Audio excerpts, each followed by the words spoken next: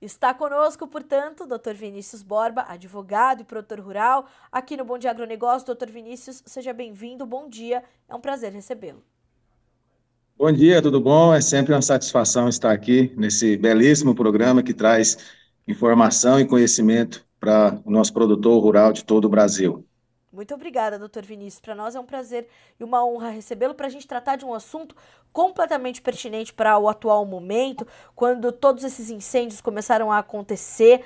De novo vem aquela narrativa, como eu falei, né, empoeirada, antiga e completamente ideológica de que o agronegócio tem alguma responsabilidade nisso. E dessa vez, os produtores da Amazônia, do agronegócio da Amazônia, estão se organizando para começar a derrubar essas narrativas e desmistificar, já não é sem tempo, mas ainda precisamos falar sobre isso, desmistificar todos esses conceitos equivocados.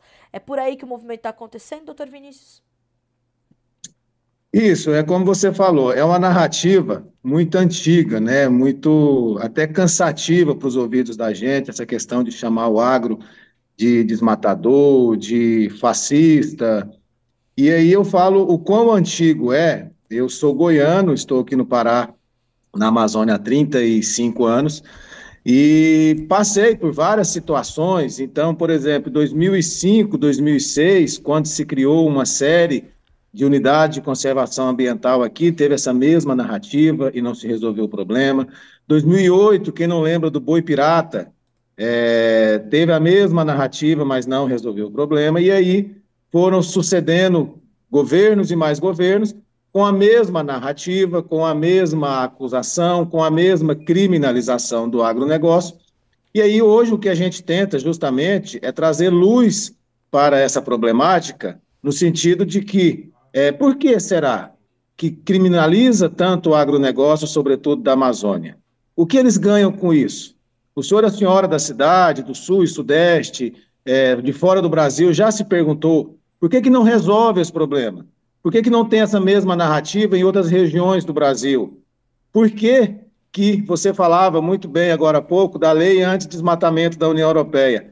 Por que será que o governo está pedindo a prorrogação, se o mesmo governo defende tanto a questão ambiental e festejou tanto a lei anti-desmatamento da União Europeia? Então, são perguntas que a gente tem que, no mínimo, deixar no ar para que as pessoas façam uma reflexão.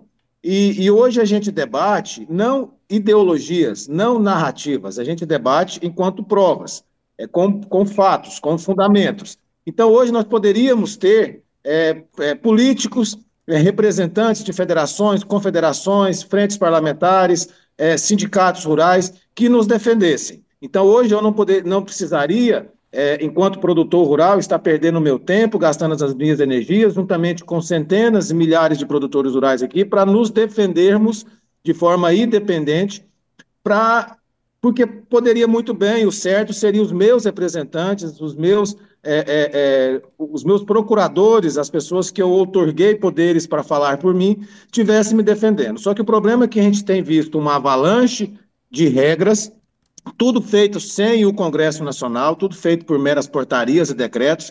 O rastreamento bovino aqui no estado do Pará, por exemplo, não passou por uma discussão na Assembleia Legislativa, não foi discutido previamente conosco aqui, produtores rurais, não se perguntou se a gente conseguiria atender esse programa ou não. Não, entre quatro paredes ali, criou-se um decreto e está posto aí, e hoje ele já está com o prazo correndo e sequer nós temos os brincos para comprar. Então, essas realidades, essas verdades, que é preciso a gente trazer de forma fundamentada, ordeira, é muito forte, muito engajado, porque o que a grande mídia, infelizmente, mostra é o que essas narrativas de ONGs, de ambientalistas, querem mostrar.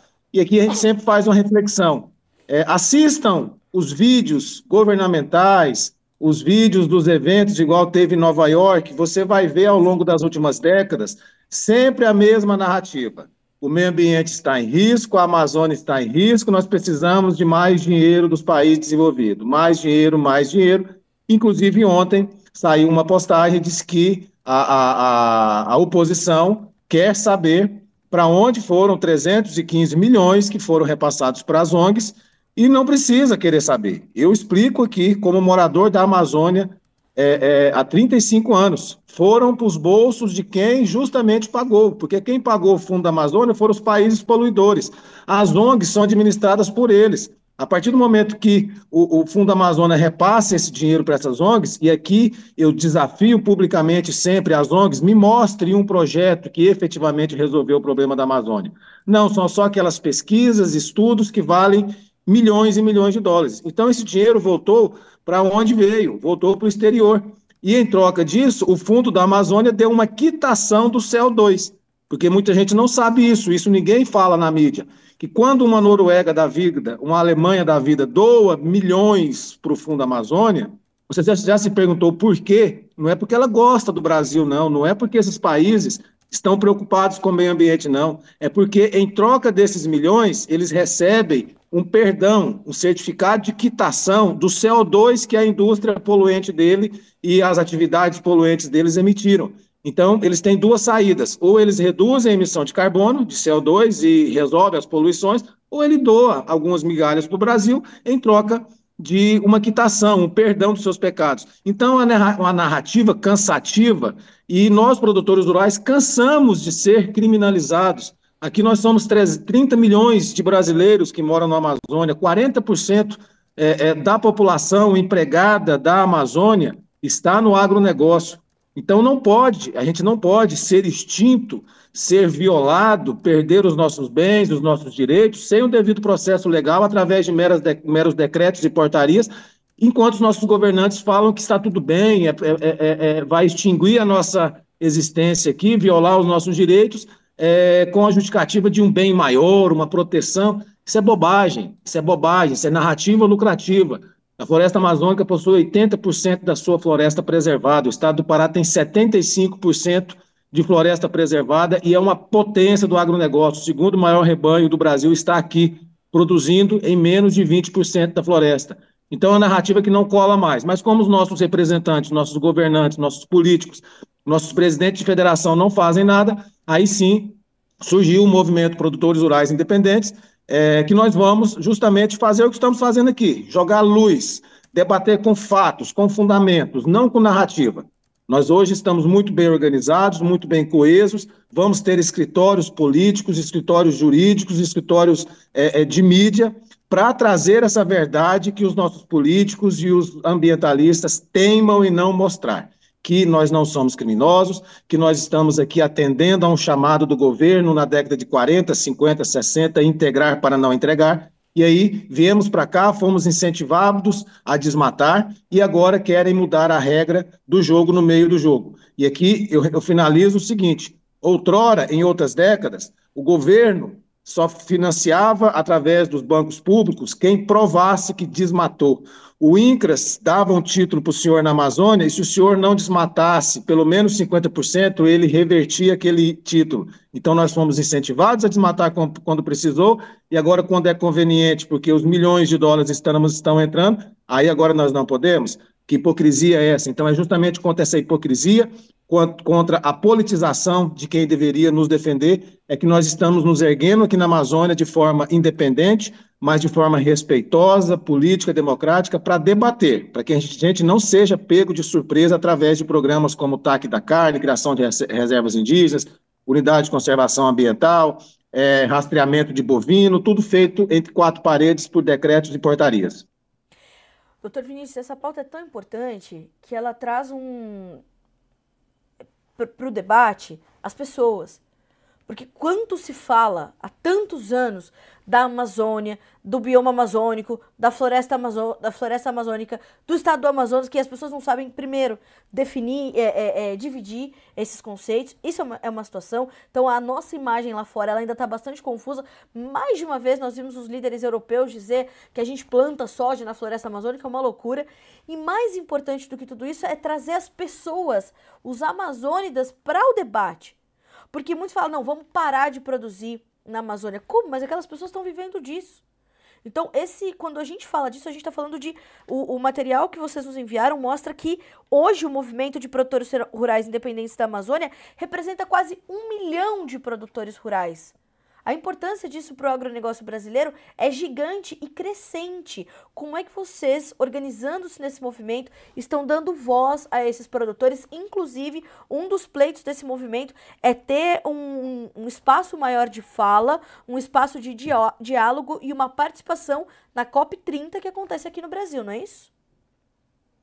A COP30 tem sido um evento aqui no meu estado, e quando eu falo, eu acho interessante deixar bem claro que talvez as pessoas não sabem, aqui a gente tem internet também na Amazônia, eu estou na Amazônia, porque a Sim. imagem que vende-se mundo afora, é que a impressão que dá é que a Amazônia está preservada, e agora parece que os brasileiros criminosos descobriram que nós estamos aqui, que a Amazônia existe e nós vamos lá invadir. Não, não é isso, nós estamos aqui há décadas, os meus avós vieram para cá produzindo, gerando renda, gerando riqueza.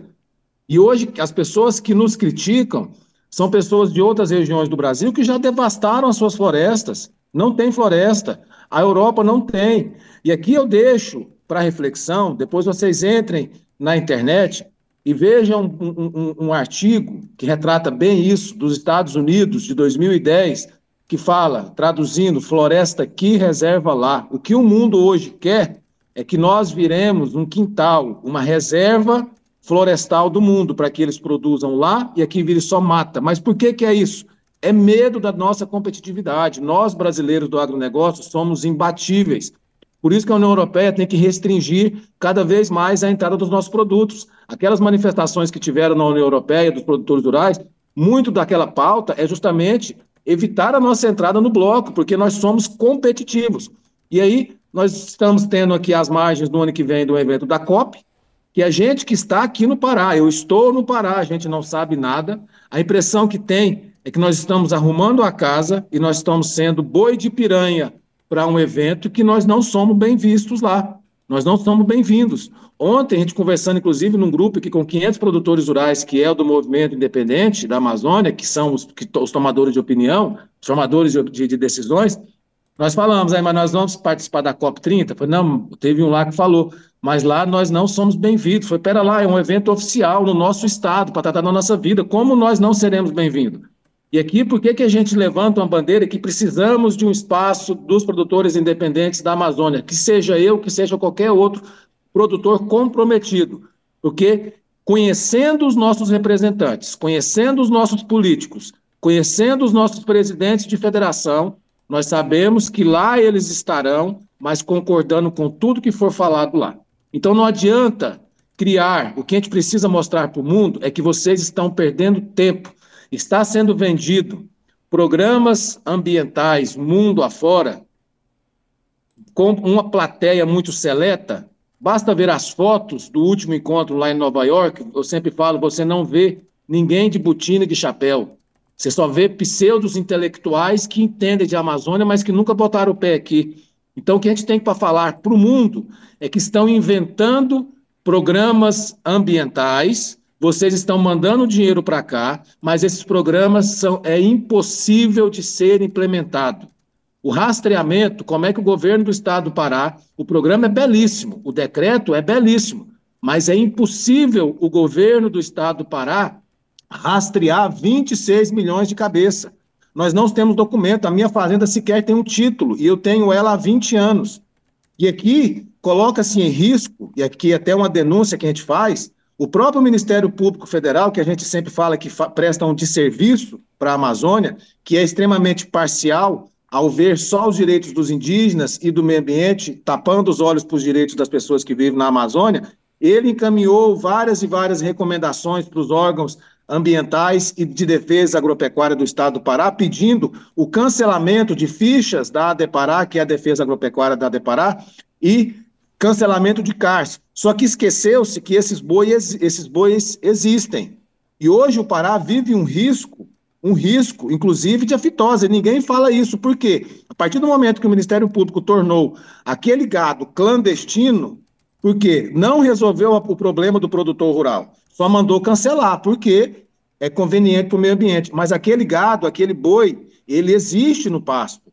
E nessa última vacinação do Pará livre de vacinação, ele não foi vacinado, porque ele não consta mais nos registros, ele não consta mais nos bancos de dados. E aí eu pergunto, esse gado está na contagem do rastreamento? O TAC da carne que vai estrangular o setor produtivo. Em janeiro de 2025, nós temos a entrada em vigor do TAC da carne da Amazônia e do Cerrado, do protocolo 2.0. Nós consultamos pessoas aqui que fazem consultas para essas empresas, para os frigoríficos. Só com essas novas normas, camadas do TAC da carne, nós teremos um aumento de 8 a 10% de propriedades rurais que serão bloqueadas sem ter modificado nenhuma situação da sua situação, não ter desmatado nada. Só porque sentou o Ministério Público Federal e o Imaflora, que é uma ONG poderosíssima, e decidiram isso. Mas ninguém participou, os sindicatos não participaram disso. Hoje criou-se um absurdo, cara, dentro do TAC da carne, que se eu tenho uma propriedade rural que está com um problema, que seja PRODES, que seja embargo, e eu tenho outra no primeiro ano no raio de 5 quilômetros, que não tem problema nenhum, que é escriturada, que é titulada. No primeiro ano, se as duas tiverem 5 quilômetros uma da outra, se estiverem no mesmo CPF, vai bloquear as duas. Ao quinto ano, até no raio de 100 quilômetros. Isso não existe na lei. Não existe. Então, são programas inconstitucionais. O TAC da carne é tão absurdo que permite, depois você dê uma lida, permite atividade pecuária dentro de terra indígena. Leia que você vai ver. Mas por que ninguém fala isso? Porque o representante do agronegócio, que deveria, no mínimo, lançar dúvidas, ele não está lá. São documentos e programas feitos entre quatro paredes, através de participação efetiva de ONGs, violando a nossa soberania, e aí traz para a gente aqui, goela abaixo, para a gente cumprir. E para fechar essa narrativa, tem que chamar a gente de criminoso. O programa de rastreamento bovino do Estado do Pará, eu tomei conhecimento dele e eu mesmo sendo advogado e produtor rural do Estado do Pará, junto com vocês, quando ele foi anunciado lá fora, lá na COP28. Ninguém aqui sabia. Eu sabia porque eu li os decretos, mas ele não foi previamente. Então, o que a gente tem que dizer aqui é que nós passamos aqui, já temos 30, 40, 50, 60 anos com a mesma narrativa enferrujada, empoeirada, sem resolver o problema, porque é um problema que, infelizmente, se tornou a galinha dos ovos de ouro de muitas ONGs, de muitos políticos. Então, quer resolver o problema da Amazônia? Sente-se conosco, setor produtivos rurais, ONGs ambientalistas, e vamos trabalhar no plano execuível. Essas utopias que estão sendo aprovadas aí, daqui 10, 20 anos, nós vamos estar falando da mesma coisa. Nós estaremos aqui dando a mesma entrevista, com os mesmos problemas, com a mesma narrativa.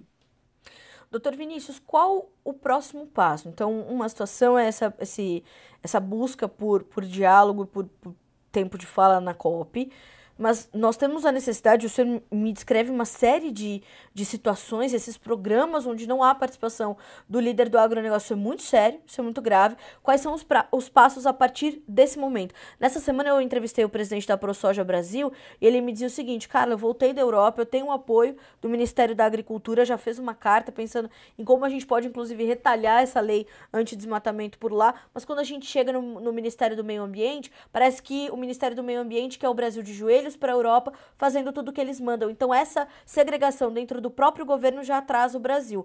O que acontece a partir desse ponto em que vocês estão aí na região amazônica para que essas situações comecem a mudar? Isso está sendo encabeçado para chegar ao Ministério da Agricultura e ao Ministério do Meio Ambiente, para outras associações de classe? O que se faz a partir deste ponto, doutor Vinícius?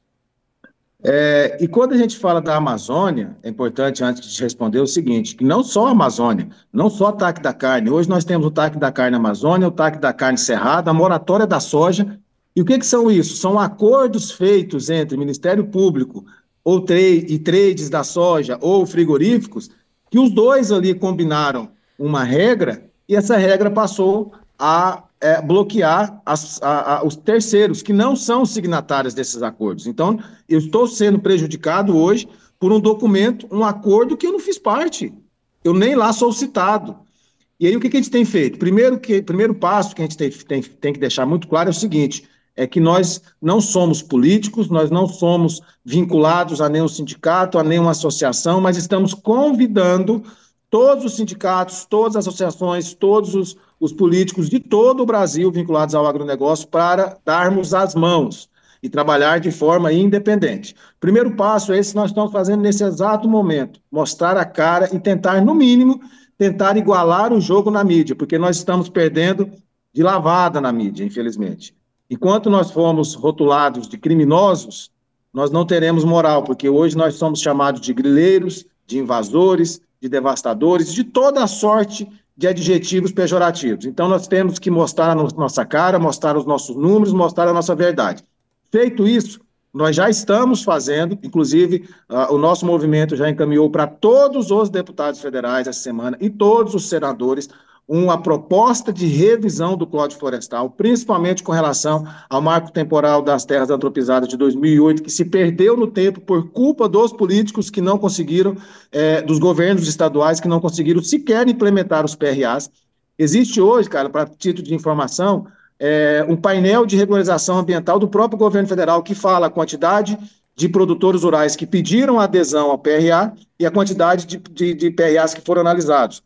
Na região amazônica, se eu não me engano, eu acho que são 900 mil imóveis, desses 700 mil manifestaram interesse em aderir ao PRA, ou seja, de se regularizar, buscando regularização, e pasmem, o governo da Amazônia, dos estados da Amazônia, não conseguiu analisar nem 10%. Então, hoje, o Código Florestal se tornou obsoleto e inconstitucional por culpa dos governantes. E aí, nós já apresentamos essa proposta legislativa de alteração do Código Florestal e iremos, no primeiro momento, de forma coesa, junto com outros sindicatos, associações e movimentos que queiram aderir à nossa luta, iremos contestar TAC da carne, programa de rastreamento, embargos, criação de novas multas, como, por exemplo, agora essa multa das queimadas para quem não fizer acero, com um mero decreto, cria-se um crime por mero decreto, não passa pelo legislativo, e tantas outras barbaridades e atrocidades jurídicas de violações do devido processo legal e da Constituição, nós iremos contestar, primeiramente politicamente, administrativamente, tentando sentar com esses órgãos, mas se não for necessário esse diálogo, nós iremos ajuizar as ações de inconstitucionalidade, os pedidos de tutela antecedente, para tentar barrar essas violações dos nossos direitos do agronegócio. Nós estamos sendo condenados sem o devido processo legal. Hoje, para você ter uma ideia, o governo, através do Ministério Público e tantos outros órgãos, eles bloqueiam uma propriedade de 100 hectares, por exemplo, por ela ter 10 hectares de pródios ou embargos ou desmatamento. Só que o artigo 15A do Decreto 6.514 é taxativo, que é a Lei de Crimes Ambientais, ao estipular o seguinte, que é o Decreto de Crimes Ambientais: o embargo irá se restringir ao local efetivo do dano, não alcançando as demais áreas da propriedade. O que o Ministério Público Federal, ONGs e governos falam? Mas como eu não sei se o boi está andando ou não naquela área embargada, eu prefiro bloquear tudo. O que eles fazem com isso? Ele leva o produtor rural para a clandestinidade, porque a atividade pecuária do produtor rural, atividade econômica de subsistência, é a pecuária. Se o Ministério Público Federal, através das ONGs, bloqueia de vender no frigorífico A, ele tem que vender no frigorífico B, ele tem que sobreviver, e leva para uma clandestinidade. Só que isso vai sendo feito de forma atabalhoada, o TAC da carne não tem problema nenhum de falar, igual a moratória da soja e tantos outros programas, juridicamente é uma piada, é uma utopia, é algo leviano. Mas por que é isso? Porque a gente sabe que, na prática, quem digita aqueles documentos são as ONGs. Elas estão lá dentro. Quando você vai procurar o rastreamento bovino, o primeiro nome que você vê lá, aqui no estado do Pará, não é da FAEPA, é da TNC, que é uma ONG poderosíssima, andando de braços dados com o governo. Quando você vai no TAC da carne, você esbarra com o Imaflora. Quando você vai na moratória da soja, está lá o Imaflora, TNC, WWF. Então, a soberania nacional está sendo violada. Nós temos um território hoje que está sendo decidido o nosso futuro através de ONGs. E o restante do Brasil batendo palma, achando que isso não tem problema. Quem não lembra da Pitereua, terra indígena Pitereua, ano passado, até nós demos uma entrevista aqui, gado morrendo em estrada e pessoas sendo expulsas das casas. E vocês do Sul e Sudeste achavam que isso não ia chegar. As questões indígenas eram exclusividade nossas da Amazônia, que somos os grileiros. Hoje nós temos o Paraná com problemas indígenas, nós temos o Mato Grosso, Mato Grosso do Sul com problemas indígenas, só que o meu escárnio, a minha indignação com a Frente Parlamentar da Agricultura, por exemplo, que quando foi aqui na Pitereua, eles não vieram aqui, eles nada fizeram. Semana passada, eles festejaram porque fecharam um grandioso acordo com os produtores rurais do Mato Grosso do Sul, justamente prevendo a indenização por questão indígena. Um caso idêntico ao que aconteceu na Pitereua. Produtores rurais vão ser indenizados. E aqui eles foram retirados a pontapé. Então, essa hipocrisia com relação a nós amazônicas, inclusive do restante do Brasil, é que a gente quer combater. Cumprir a Constituição. Todos são iguais perante a lei. Quer produzir no Sul e Sudeste? Então, deixe-me produzir em paz e de forma soberana. Quer que eu preserve aqui na Amazônia? Então, preserve primeiro o seu. Que hoje eu viajo muito para o Sul e Sudeste e eu não tenho visto floresta por aí, não. Doutor Vinícius, é sempre muito bom ter o senhor por aqui, porque a gente entende de forma muito clara e didática, né, o que está acontecendo por aí. Eu quero muito lhe agradecer pela companhia e deixar o Notícias Agrícolas de portas abertas para o senhor, para o movimento dos produtores rurais independentes da Amazônia. Essa é uma discussão urgente e isso precisa ser resolvido o quanto antes. O papel da mídia, do jornalismo, é justamente esse. Então, muito obrigada pela sua participação, por estar conosco aqui nessa sexta-feira. Ótima forma de concluirmos a nossa semana para a gente promover essa reflexão. Então, muito obrigada mais uma vez e já lhe espero para mais entrevistas, para mais conversas, para que o senhor continue nos atualizando da situação aí na Amazônia. Muito obrigada mais uma vez. Eu agradeço muito, são portais como os de vocês que levam a nossa voz. E aqui o recado final que eu deixo é o seguinte: não somos contra os direitos dos indígenas, muito pelo contrário, somos preocupados porque eu ando aqui na Amazônia e vejo indígenas em situação de pobreza, de abandono, sendo utilizado como massa de manobra dessas organizações indígenas. Não somos contra o meio ambiente, tanto é que não somos contra o meio ambiente, que nós somos uma potência agropecuária, mesmo preservando mais de 80% da Amazônia. Então, eu faço um chamado aos sindicatos, associações, políticos que queiram aderir a um movimento independente. Unam-se a nós, ou nos chame para a gente unir forças para vocês, levando a nossa verdade. E faço aqui um convite para o Ministério Público Federal, órgãos governamentais, políticos de esquerda, de direita, de centro, todas as pessoas envolvidas, comunidades internacionais. Vamos aproveitar essa COP30 e fazer um divisor de águas. Vamos fazer um debate amplo, todos colocando o seu ponto de vista, como um diálogo tem que ser. Se vocês vierem aqui, representantes do mundo, sentar lá em Belém na COP30, decidirem a minha vida sem a minha participação, vocês estão perdendo tempo e gastando dinheiro à toa do contribuinte. Porque se eu não tiver, quando eu falo produtor rural da Amazônia, não estiver sentado de forma efetivamente representativa, e essas pessoas que vocês estão convidando para lá não irão nos representar, irão apenas concordar com tudo que vocês vão falar, na COP 50, 60, nós estaremos com o mesmo problema. Então, o recado final que a gente deixa aqui é que a gente quer resolver de forma ambiental, indígena e produtiva. Não só valendo uma regra só para uma das partes do jogo. Nós estamos aqui, nós somos fortes, unidos, conhecedores dos nossos direitos, conhecedores da Constituição e estamos preparados politicamente, financeiramente, juridicamente para debater todos esses programas, seja na mesa de diálogo, seja na COP30, seja nos tribunais. Agradeço a todos e, se quiser saber a verdade sobre a Amazônia, antes de nos criticar, o convite está feito para você do Brasil e do mundo que me assista. Venha conhecer a Amazônia. Conheça primeiro, porque eu, quando fui falar de São Paulo, do Rio de Janeiro, nunca tive a oportunidade de viajar para fora, mas quando eu falo de Goiás, de São Paulo, de Rio de Janeiro, de Minas, eu fui aí primeiro ver se o que eu ia falar era verdade. Hoje, se você quer falar da Amazônia, no mínimo, venha conhecer a nossa realidade. Um abraço a todos e tenham todos um ótimo final de semana. Muito obrigada, doutor Vinícius. Até a próxima. Um abraço.